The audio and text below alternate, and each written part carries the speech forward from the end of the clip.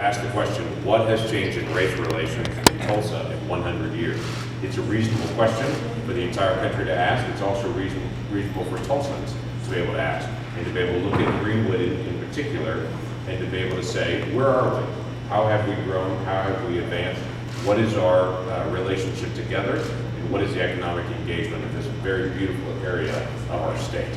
So that's a lot of the conversation that we've had today. There's been a tremendous amount of progress, both on education, economic development, and then also working for cultural outreach and cultural engagement and cultural tourism around the nation to be able to come here to Tulsa as well. We also want to be able to announce today, Hannibal Johnson and I did a video together that tells the story. It's a 27-minute video that tells the story of what happened around Greenwood and leading up to Greenwood's development in its earliest days, the day of the race massacre itself, and then what has happened since then. That video is now available as of today online. You can go to my YouTube page and be able to see it. It's also being released out to several different media sources for them to be able to use it in a 30-minute segment. It gives the history in a context that can be used in an educational environment or for personal families to be able to watch and be able to take in. For all those families that say, I've heard a little bit about, but I want to know the story, it gives them an opportunity to be able to see on video the story and to be able to get the details on that. Hannah Johnson's the feature person that walks through the history of all that, and that we walk through that together. And so I encourage people to be able to see that. They go to my YouTube page and be able to see that, and we'll put a link out on our website to be able to get to it as well. So there's several of us who want to be able to talk about some of the things that are ongoing at this point. I want to turn this over to Senator Matthews, and then we'll have a brief statement from all of us, and then we'll take some questions at the end. First, I want to thank Senator Langford for coming and supporting this effort, and each of those that you see here today being supportive of now bringing this story to light. What was once Tulsa's dirty secret, we're now building a history center around, we have a curriculum around. We want to make sure that the work that State Superintendent Hoffmeister is going to be talking to you about is taught in all schools across the state. It was already state law, but before we got together to talk about this and push this in the last legislative session, we didn't have it taught in all schools. And so we want to thank our local superintendent for Dr. Gist for having the pilot program we've had for the past 2 years. And now we have our state superintendent that's going to be helping us to teach that across the state. Along with that, we're looking to connect to the National Civil Rights Trail. This history that we're going to have here is going to be the type of history that 5 million people have gone to the National African American Museum of History and Culture in their first 2 years to see. We'll have it right here in Tulsa. When we enhance that, we have an opportunity to highlight the 13 original black towns and join the National Civil Rights Trail, which will bring many, many visitors to Tulsa and will make a difference in many ways. And now I'll turn it over to our State Superintendent, Hoffmeister. Thank you so very much. And I want to also say that this is the responsibility of educators. This is the responsibility of those who are leading school districts. And what we want to ensure is that what the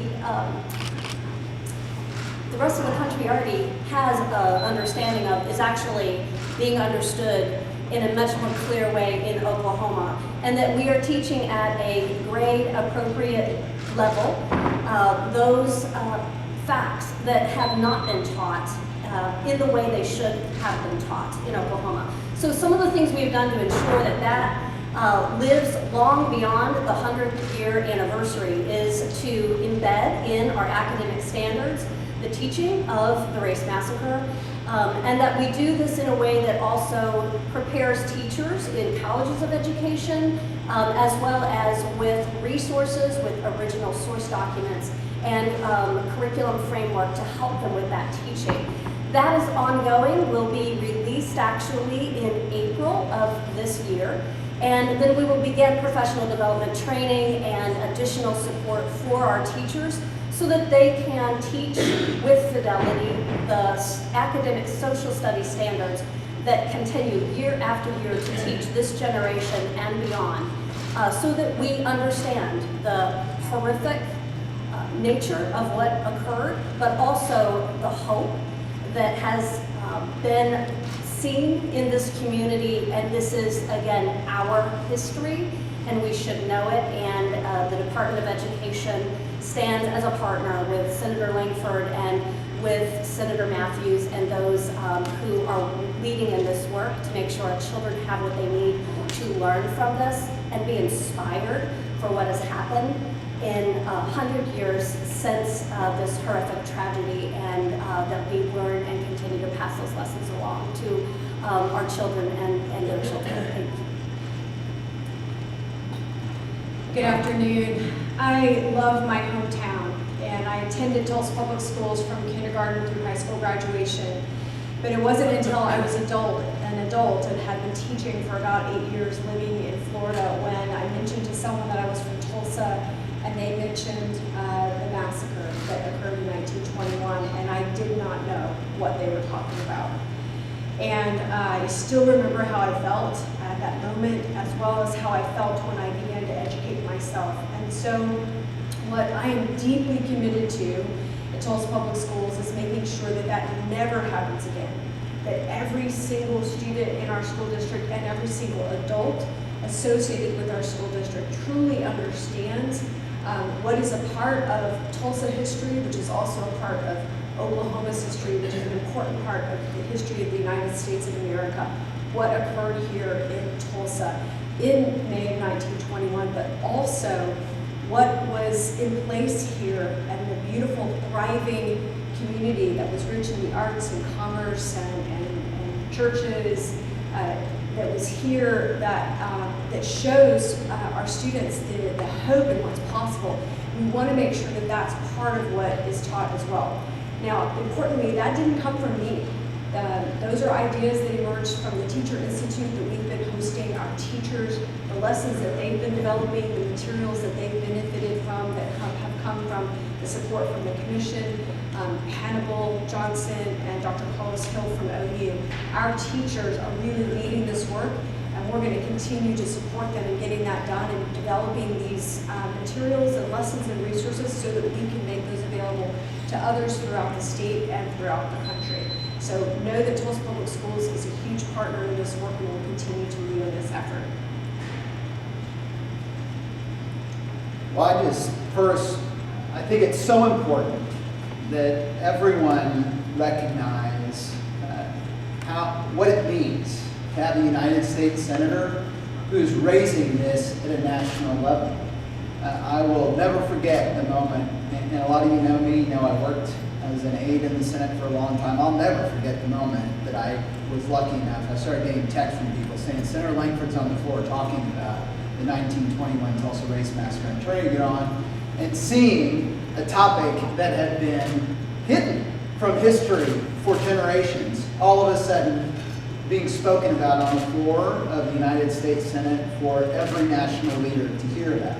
And as the mayor of our city, I'm so grateful that we have a senator who's committed to raising awareness and moving forward with reconciliation on this. And I think it's also very important that we think about all of the work that the commission is doing and that you're hearing about around education, around the revitalization of this facility, around the museum that's going to be built, and think about it as it relates not just to the past but to the future. You think about if you lived in Greenwood in 1921, if you were lucky, somebody came to your house and said, you have to come with me, and they locked you in the Coliseum, and you got out a few days later, and members of your family might be missing, your neighborhood would be burned to the ground, and what was done? Nothing. Nothing was done. It wasn't taught about. No one was ever held accountable.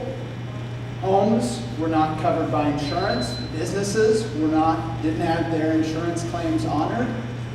And now you look at what's imagine how different history would be if our senators in 1921 had stood on the Senate floor and talked about what had happened Imagine how different history would be if our superintendents in 1921 and our state senators said, everyone needs to know about this. Never a single generation in this community will ever grow up in this community or in this state ever again without hearing about this. Imagine how different our history